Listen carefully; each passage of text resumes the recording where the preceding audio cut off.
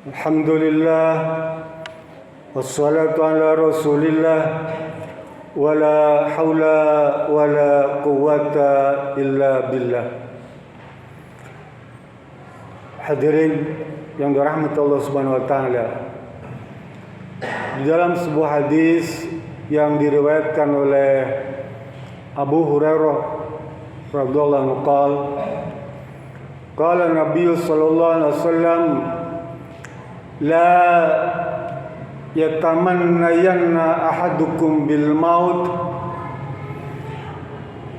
imma muhsinan fala'allahu ayyazdada khairan wa imma musian fala'allahu ayyasta'tiba. Muttafaqun alaih atau kama qala al-sahih riwayat Imam Al-Bukhari. Kata Rasulullah SAW, janganlah sekali-kali kalian menginginkan kematian atau berharap ingin segera meninggal. Dilarang. Tuntunan Islam mengajarkan begitu. Sekalipun mungkin kita mendapatkan ujian yang hebat, maka tetap dilarang untuk mengharapkan kematian segera tiba. Kata Rasulullah, imma muhsinan fala'allahu yazdadu khairan. Karena boleh jadi kalau kalian itu orang baik, pertambahan umur itu, ditundanya kematian bagi kita itu nggak jadi meninggal loh, ya. Sekalipun kita pengen, itu bisa menambah kebaikan bagi kita. Kalau kita tambah hari, sebulan, setahun, 5 tahun, 10 tahun, berapa ratus rakaat kita bisa kerjakan sholat itu. Kalau orang baik, berapa banyak dosa yang kita minta ampun pada Allah Subhanahu wa taala dengan tambahan umur itu. Dan berapa banyak ganjaran yang kita kumpulkan selama bertambahnya umur. Kalau jadi orang baik, jadi tambahan umur itu memberikan kebaikan bagi dirinya, sehingga dilarang kita minta segera mati. Dan kalau orang itu fajir, orang itu jahat, buruk, ya, ahli maksiat, segala macam kejahatan dia kerjakan itu, Rasul bilang jangan juga minta mati, nggak boleh. Sekalipun itu pelaku maksiat, nggak boleh, Pak. Punya kejahatan, nggak boleh. Nakalnya bukan main, nggak boleh minta mati, Pak. Karena boleh jadi dengan diperpanjangnya umur, tambahnya usia, dia punya kesempatan untuk bertobat kepada Allah Subhanahu wa taala. Dengan tambahan umur, dia bisa minta maaf, ya, bukan hanya kepada Allah, mungkin kepada keluarganya, kepada tetangganya, kepada kerabatnya, kepada teman-teman yang dulu mungkin pernah dia berdosa dengannya. Ada peluang kesempatan, Pak, untuk minta maaf, untuk bertobat kepada Allah Subhanahu wa taala. Ini adalah bimbingan Islam. Karena memang kadang-kadang orang itu tidak tahan dengan ujian. Ujian ini macam-macam. Bisa berkaitan dengan penyakit, ya. Bisa berkaitan dengan tekanan ekonomi, bisa berkaitan dengan asmara, ya. Bisa berkaitan dengan depresi. Itu perkara-perkara yang dihinggapi oleh umat Islam sekarang ini. Bahkan bagi orang yang bisa bersabar dengan ujian itu, apa Rasul bilang? La yazalul bala'u bil mu'mini wal mu'minati, ya, an nafsihi wa waladihi wa malihi hatta yulqaha Allah la alaihi khati'atun. Hadis sahih riwayat Imam Tirmizi. Kata Rasulullah SAW, ada seseorang yang tiada henti-hentinya diuji oleh Allah Subhanahu wa taala. Ya. Dengan ujian yang berat, Pak. Apakah itu orang beriman, laki-laki atau perempuan, Allah uji juga. Orang beriman itu diuji, Pak. Jangan kemudian kita merasa beriman jadi orang soleh nggak akan mendapatkan ujian. Semakin soleh, semakin beriman, ujiannya semakin berat. Lalu Rasul bilang, ada orang yang diuji tidak henti-hentinya, baik kepada dirinya, kepada keluarganya, istri anaknya, adik kakaknya, orang tuanya, diuji oleh Allah Subhanahu wa taala. Bahkan hartanya tuh Allah uji juga. Allah menguji kita. Rasul bilang, hatta yalqallaha, ya, sampai menjumpai Allah Subhanahu wa taala, ya.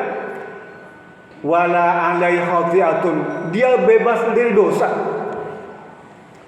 Dosa itu habis karena ujian itu. Ujian dengan dirinya, ujian keluarganya, dan ujian pada hartanya. Habis. Jadi Allah itu menguji kita karena Allah pengen kita menghadap Allah itu sudah terbebas dari kekeliruan, kesalahan. Kita dilarang, Pak. Sekalipun mungkin kita udah gak kuat karena penyakit itu, tetap kata Allah Subhanahu wa taala, wala taqtulu anfusakum innallaha kana bikum rahima.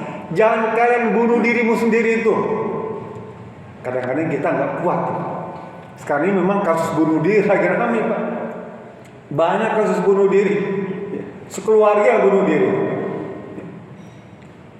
Karena ekonomi, karena romantisme, karena asmara, depresi, bunuh diri. Lah Allah melarang itu semua, Pak.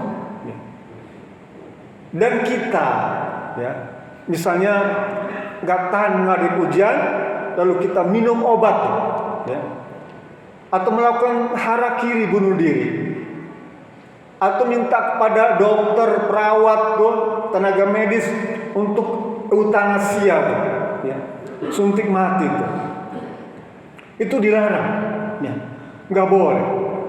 Sekalipun secara medis bisa dilakukan, tapi Allah melarang. Dan orang-orang yang membantu terlaksananya proses percepatan kematian itu, baik keluarga yang bersangkutan, tenaga medis, atau teman-teman, ya, yang membantu proses kematian itu, maka dia dihukumi termasuk orang-orang yang berdosa. Jadi kalau kita misalnya diminta keluarga, saya pengen bunuh diri, tolong bantu dah, jangan, Pak, gak boleh. Itu dilarang secara agama, ya. Membunuh diri itu Allah melarang. Karena sebenarnya di dalam ujian yang berat itu ada ganjaran yang sangat besar. Kata Rasul bilang, inna idhamal jaza ala idhamil bala. Sesungguhnya ada ganjaran pahala karunia yang sangat besar yang Allah akan berikan pada mereka-mereka yang diuji Allah dengan ujian yang besar juga. Ya. Jadi dia setingkat, sederajat. Kalau ujiannya besar, pahalanya besar juga. Kalau ujiannya sedikit, kecil, pahalanya kecil juga. Ya. Jadi kalau kita menghadapi ujian, Pak, sudah sabar. Karena kematian itu nggak usah diminta pun dia akan datang dengan sendirinya. Dia nggak akan tertukar. Dia tahu alamat kita di mana. Malaikat Israfil itu punya data, Pak. Ya. Dari 8 miliar penduduk dunia, dia punya data tuh. Ada yang dimatikannya satu persatu, ada yang dimatikannya satu kampung, ada yang dimatikan satu pesawat, satu kapal.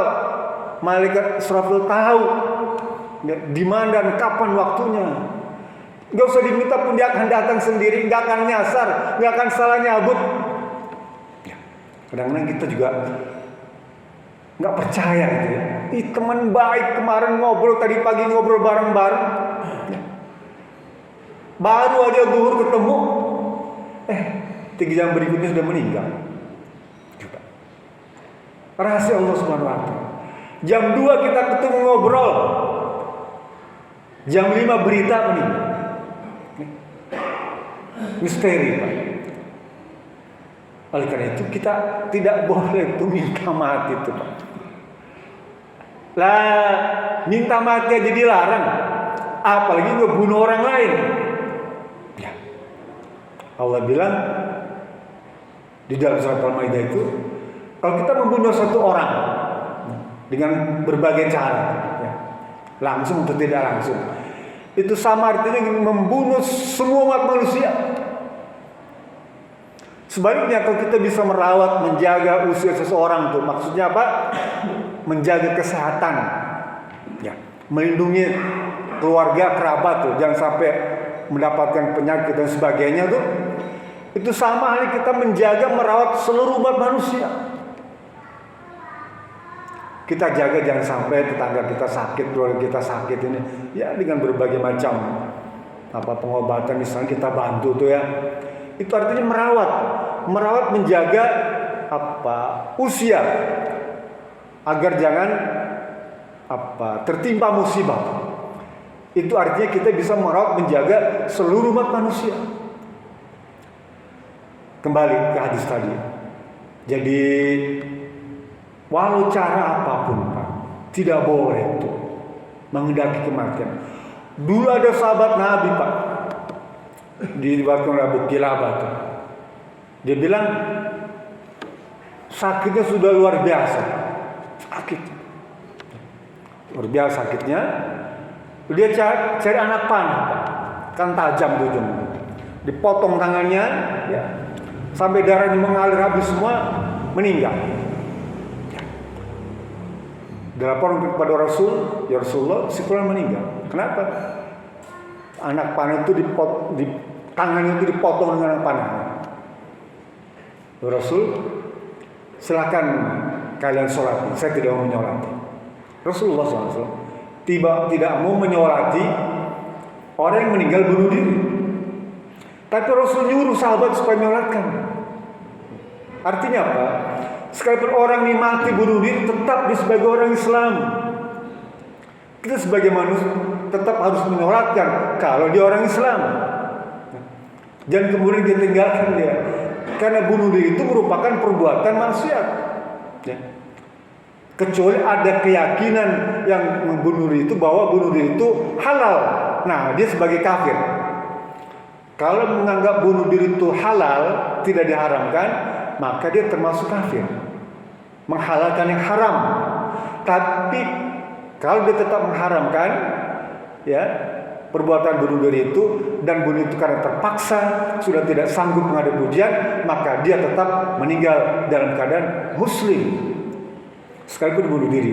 Dan dia punya hak sebagai umat Islam untuk disolatkan, dimandikan, dikafankan, disolatkan, dikuburkan secara Islam. Ya. Ini hukum, Pak, hukum fikih yang mengatur bagaimana menyikapi orang-orang yang bunuh diri.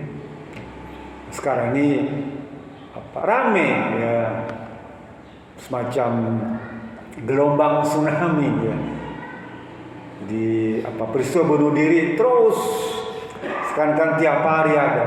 Bahkan sekarang lintas usia, bukan hanya orang-orang tua, Pak, yang karena penyakit, karena tekanan hidup, tapi ada yang karena depresi, karena asmara, karena macam-macam dia bunuh diri. Ya. Mudah-mudahan ini semua menjadi tambahan ilmu bagi kita semua, sehingga kita diberikan kemudahan untuk memahaminya dan menjauhkannya dari sikap-sikap yang mendatangkan proses atau mempercepat proses kematian. Itu saja. Billahi bismillah. Assalamualaikum warahmatullahi wabarakatuh.